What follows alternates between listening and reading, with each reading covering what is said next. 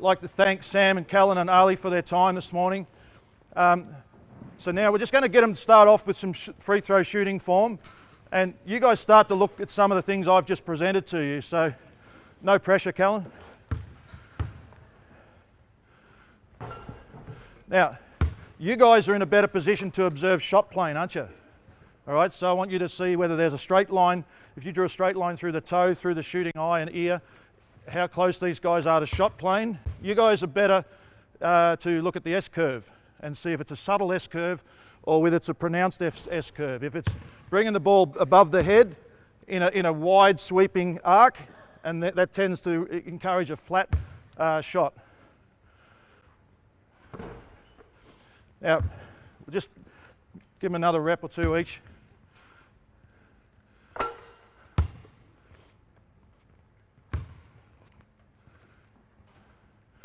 Okay, think about flow timing. If it's a short shot, think about did he capture his upward motion? Okay, all right, so we'll just hold it there. Now, these guys are world-class athletes. They train every day, and you have to ask yourself a question, how much are we going to tweak this? If you're starting with a fresh piece of clay that hasn't shot thousands and thousands of shots, then you can reinvent that quite well. Here, we've got to work within what we've got and just make some subtle tweaks to help. But in an ideal world, we do that jigsaw, shooting pocket, and low five. Now, what I said about you've all got this muscle memory, the reason I did this, okay, actually I saw you train yesterday, you trained really well, good job, high five. All right, see his high five?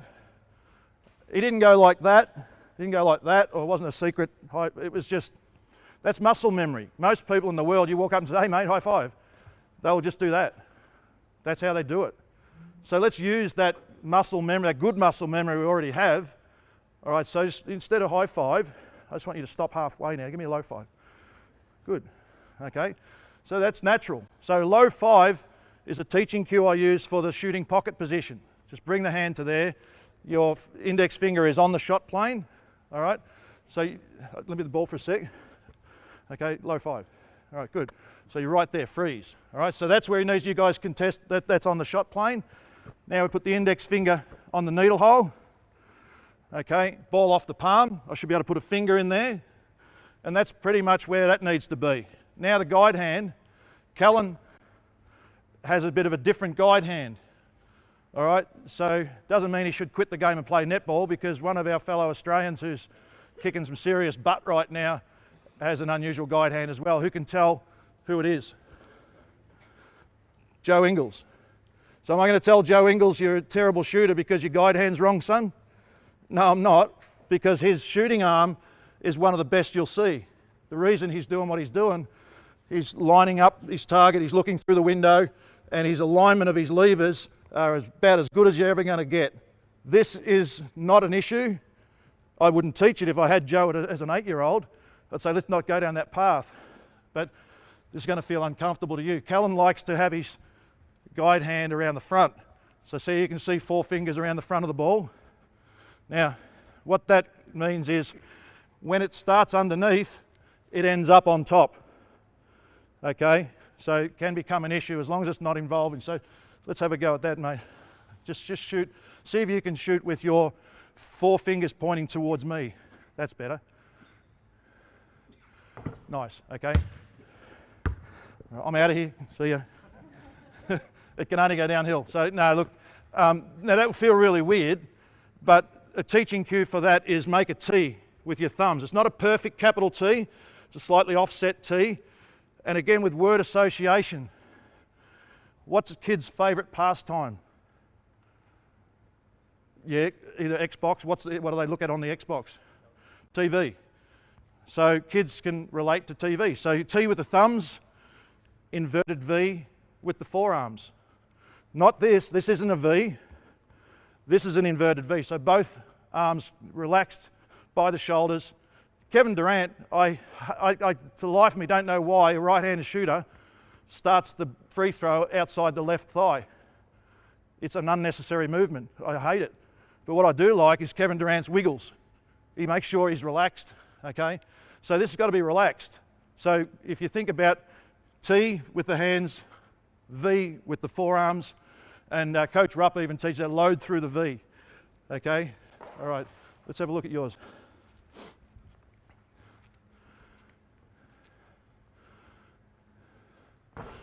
Okay, and again, please, Ali. Freeze when I say freeze like a statue, just freeze for me. Okay, all right, now, that's all right, just stay where you were. Ali's good. The ball is pointing at you guys. So if this is like a pool cue, I'm looking down the pool cue, this is comfortable. His shoulders are relaxed, the elbow's on the outside of the body.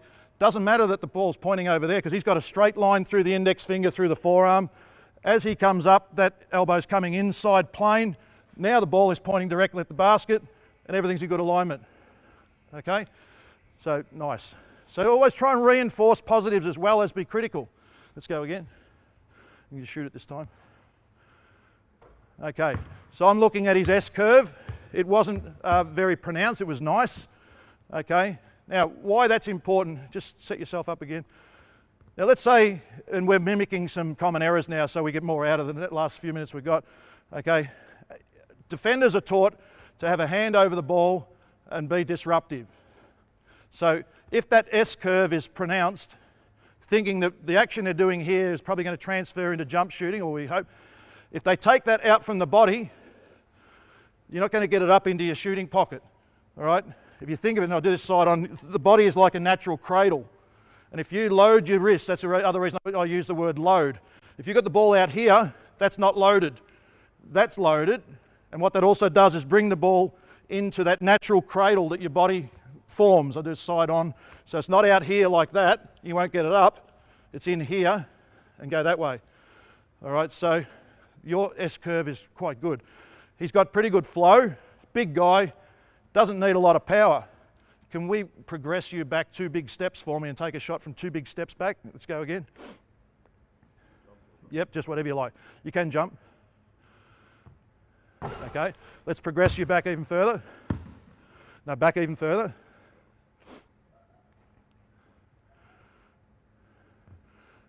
Okay, now the height of the shooting pocket hasn't changed much, even though the distance of the shot has. So concept you've got to understand. Now come in close here. If you were in a scrimmage, you just rebounded against these guys, how would you shoot that ball?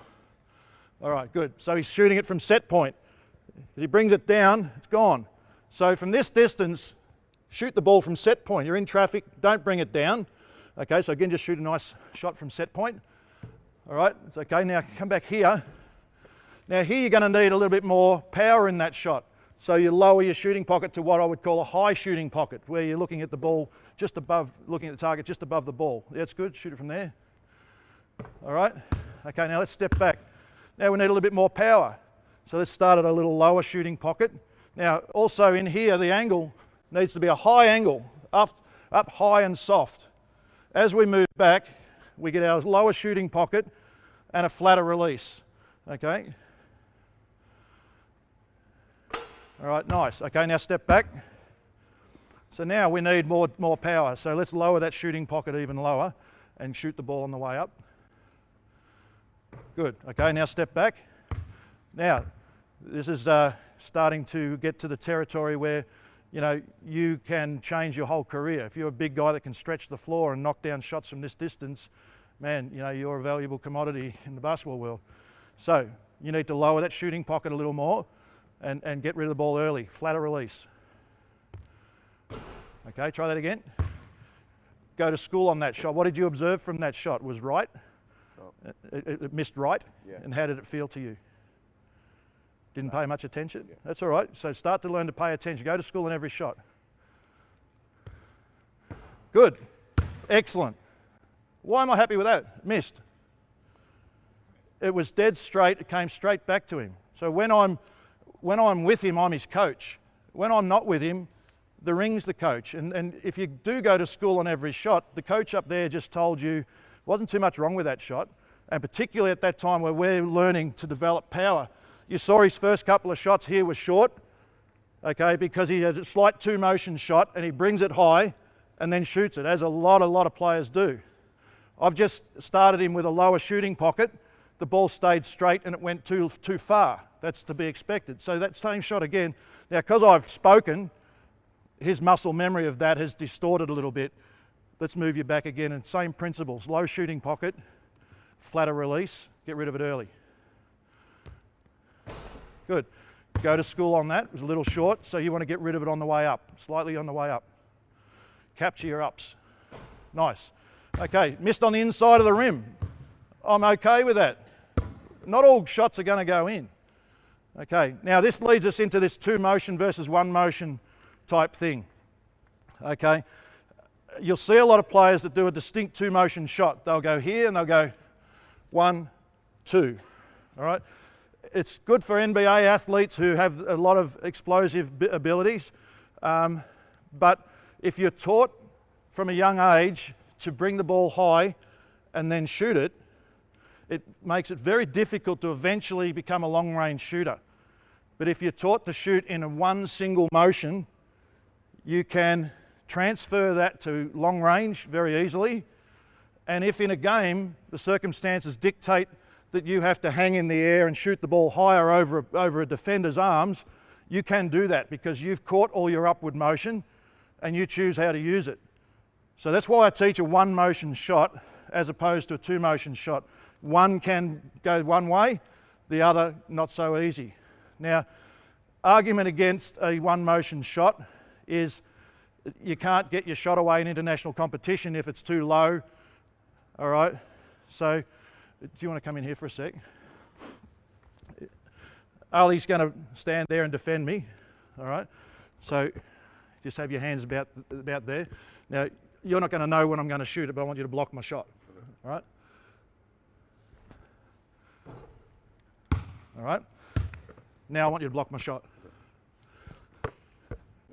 Okay.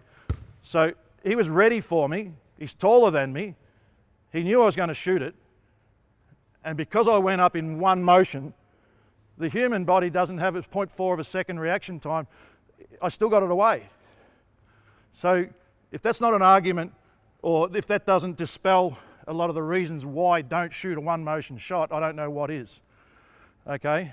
Now, a lot of people talk about Steph Curry having this 1 motion shot. It's not pure 1 motion, and let's not get into semantics about if it pauses for a fraction of a second or not.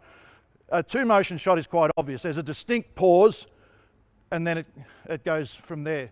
So if a player does that, does all this loading, and then they go, they might as well not have loaded in the first place. They might as well just start from here. Does that make sense? So if you want to capture that, then you've got to use it. All right, so I teach, and you will have a lot of players that do that. So I talk about a railway station analogy. I'm in Pakenham. To get to Southern Cross in the city in Melbourne, you've got to go through Dandenong.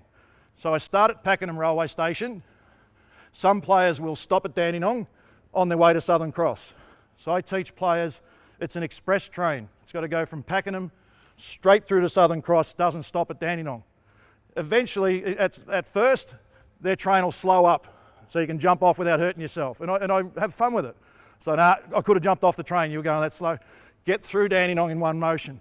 So let's try that again. You guys can do this as well now from long range. Okay, just think about starting low and going through the railway station. Don't stop at the forehead. Pass through that in 1 motion. Okay, now I know you're cold and you've just walked out there. Ali, you can shoot next to him just so these guys can observe some shots. Now, let me ask a question first.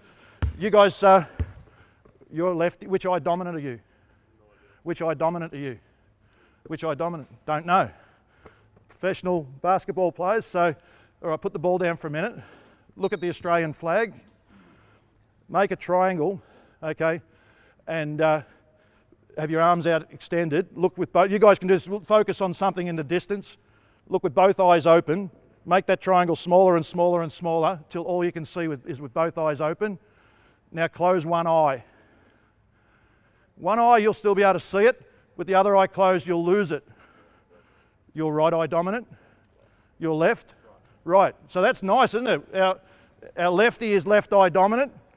Good for you. Our righty right eye dominant.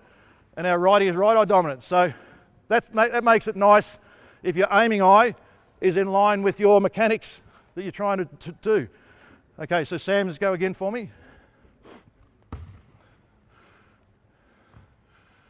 Coaches, observations from this angle on shot plane? Anyone? Left-hand shooter? Where would the shot plane be? Imaginary line from the toe up through the shooting eye. Index finger, low 5, will get him on shot plane. Do you see any unnecessary movements? Anyone from here? Yes. Stops. What about in his setup? Shoot another one for me. Pick it. Good job. Okay, so all of a sudden we've got 6 coaches now have picked it that you, like thousands of other players, take the ball to the wrong side of the body. Okay, so we've established your left, this is your aiming eye, this is your mechanical levers. It's pointless to take it across here. If you were right eye dominant, I'd forgive you. All right, so he's going to miss. Do you take track of when you miss, how frequently you miss short, long, left or right? No? So there's another habit he could get into. You'll find more than likely you'll miss left. If you tend to bring it into the midline, you tend to push it to the outside. So if you find yourself missing left, ask yourself, am I starting it too far right? And if so, there's no reason to do so. How's he going to get better? Do you know the best coach for this? Not me. You. Do you clean your teeth? Most players, you have clean your teeth. When their parents are present, they'll tell you they clean their teeth twice a day. Okay, so get them into a habit of put the toothbrush away, look in the mirror, do your shooting pocket position, low 5, relaxed, hand on the shot plane, go through 10 reps, perfect reps, twice a day. That's 20 repetitions with no basketball, developing the correct movement pattern. If you're the coach and you look in the mirror and you see that guy with the left-hander, with the left eye dominant, with the ball over here, you tell him, I know better now, I'm going to get this lined up over here. So he's the coach and the athlete. Now, why that's a benefit is Einstein said, you know something well if you can explain it to someone else. So putting players in a position where they have to coach themselves or others, it stays in there. So I do a lot of peer coaching. So if we had more time, I'd get the boys lined up and just shooting down the line. And Kellen would be the coach, and then we'd swap it over, and then you'd be the coach. And you would have to confer in the middle and say, look, last time, or you'd point and say, get that ball across here. And you'd learn more about the shooting action by coaching him. And I've had a lot of success with that.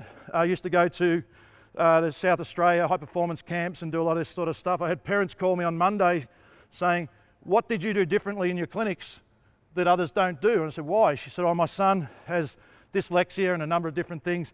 He's never come home from a clinic retaining more information. And I said, well, probably because I explain it using vision with little models, but I have them coach each other. And it stays in there because you know something well if you can teach it to someone else. All right, last couple of minutes now, because of the importance of three-point shooting in the game, let's just you guys just take some threes for me. I'm just going to play around with a few things, okay? So, yeah, just however you normally shoot. Don't think too much. Just. All right, now I want you guys to see whether they're capturing their upward motion. You go as well, Ali. All right, now, the first shot you take, when a player comes back to you after you've had some instruction or whatever, pay very, very close attention to the very first shot they take, because that's more than normal. That's the true muscle memory of what they've been doing when they're not with you. After the second or third, I'm like, oh yeah, I remember Phil wants to see this. But the first one is what they're doing when they're not with you. So he went straight back to stopping at Dandenong. All right, now I want you to have a lower shooting pocket, release the ball early, and I don't want to stop at Dandenong, straight through to the last station. Okay, good. All right, now, one other thing you can do to add a little bit more power on that, I want you to start behind the three-point line, and I want your feet to finish in front of the three-point line. Okay, good. So we're working on power right now. I'm not overly fussed. I'm looking more at distance than direction. Now let's try and get that index finger as your dominant finger. Still jump over the line. Let's reach into the basket with the index finger. Good job. All right. It missed, but it was inside of the rim. When you're learning and you're missing on the inside of the rim, not a bad thing. Okay. Sam, let's have a look at you on that. Callan, let's get Callan to take some shots.